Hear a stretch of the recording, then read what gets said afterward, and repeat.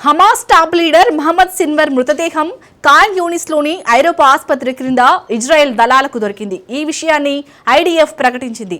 ఈ మృతదేహానికి వైద్య పరీక్షలు నిర్వహించి నిర్ధారించినట్లు పేర్కొంది.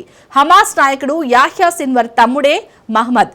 దక్షిణ గాజాలో జరిగిన ఓ సైనిక ఆపరేషన్లో గత ఏడాది యాహ్యాను ఇజ్రాయెల్ బలగాలు మట్టుపెట్టాయి. తాజాగా మహమ్మద్ సిన్వర్ మృతదేహంతో పాటు Rafah brigade commander Mohammed Shabana, Khan Younis battalion commander Mahdi Quarra మృతదేహాలను కూడా ఇజ్రాయెల్ దళాలు గుర్తించాయి.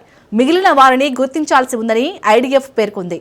ఇజ్రాయెల్ బలగాలు కొందరు విదేశీ రిపోర్టర్లను గాజాలోని ఐరోపా ఆసుపత్రి కింద ఉన్న హమాస్ సొరంగానికి తీసుకెళ్లాయి. అక్కడ కమాండ్ అండ్ కంట్రోల్ సెంటర్ను నిర్వహిస్తున్నట్లు వెల్లడించాయి. సాధారణ పౌరులను హమాస్ కవచాల వలె వాడుకుంటుందన్న దానికి ఇదే ఒక పెద్ద ఉదాహరణ. ఆసుపత్రి ఎమర్జెన్సీ రూమ్ కిందే కొన్ని గదులతో కూడిన నిర్మాణాన్ని గుర్తించాం. వాటిల్లోని ఓ గదిలో మహమ్మద్ సిన్వర్ మృతదేహాన్ని గుర్తించామని ఐడిఎఫ్ ప్రతినిధి వెల్లడించారు. ఈ ప్రకటనపై హమాస్ నుంచి ఎటువంటి స్పందన వెలువడలేదు. దాదాపు 8 మీటర్ల లోతైన సొరంగంలో వీరు నక్కినట్లు ఇజ్రాయెల్ దళాలు చెబుతున్నాయి. ఇక్కడ తమ దళాలు దాడి చేసిన ఆసుపత్రి మాత్రం సాధారణంగా కొనసాగుతూనే ఉంది. ఇజ్రాయెల్ బలగాలు సొరంగంలోకి ప్రవేశించాకే ఆ విషయం నిర్ధారణ అయింది.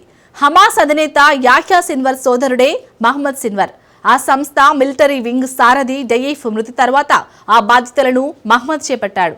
తన సోదరుడు యాహ్యా మరణానంతరం హమాస్ టాప్ కమాండర్గా ఎదిగాడు. 2023 అక్టోబర్ 7న ఇజ్రాయెల్ మెరుపుదాడి సూత్రధారిగా ఉన్న యాహ్యా సిన్వర్ గత ఏడాది మృతి చెందగా తాజాగా ఇతడు కూడా హతమయ్యాడు.